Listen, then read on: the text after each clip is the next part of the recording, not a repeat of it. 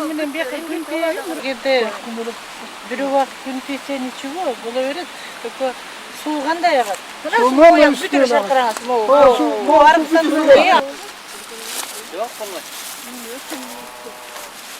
Ушул арыктан суу ага турган болсо, могул жер, могул анчам жерлер түрдөйсү өтө эле. Мореки дөңтөлөдү аласыңарбы? Сетүрүлүшөм. Мына мореки жер,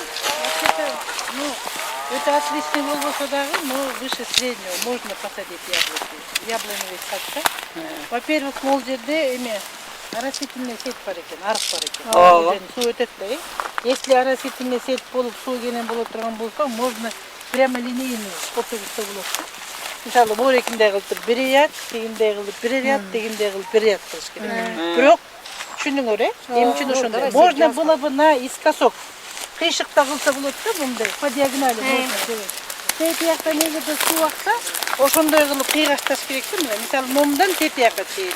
Андан кийин ортосун 6 метр кылып туруп, тоже мындай кылып. Ошондой по диагонали кылсаңар, место много экономить этесиңер да. Чем момундай прямо линейный кылган теттегилер кургалып калат, ошон үчүн кыйгач. По диагонали кылсаңар, кыйгач кылсаңар, суунун оңуна караш керек да, суу кандай кетсе, ошондой кыласыңар. Эгерде суу бар ылдый тип-тик кете турган болсо, можно ылдый тик кылыш керек. Эгерде суунун оңу кыйгачтан кетсе, ошо мен ошо көзүм жетип атат, кыйгачтан кеткен. Ошон үчүн по диагонали надо делать.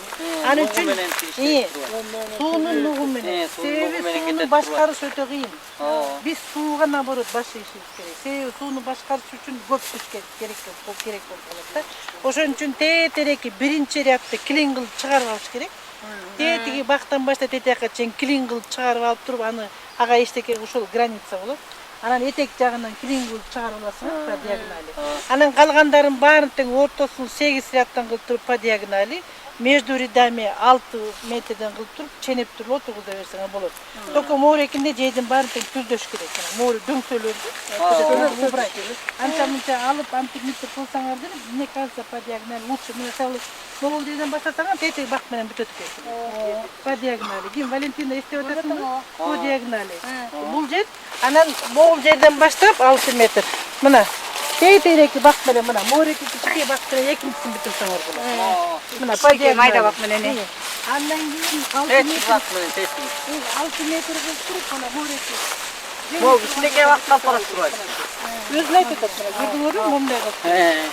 Иши кылып тут мен суунун огуна карап атам да, только по диагонали здесь будет лучше. Квадратный прямолинейный кылсаңар деле болот, бирок анда суундай көбүрөөк күчүң кетет. Мындай кылсаңар суунун угу өзү эле кетет, суу. Суу кетип эле анан кийин сугара баштайсыңар да, ошондой кылып кыйгачтан кылып теккеле.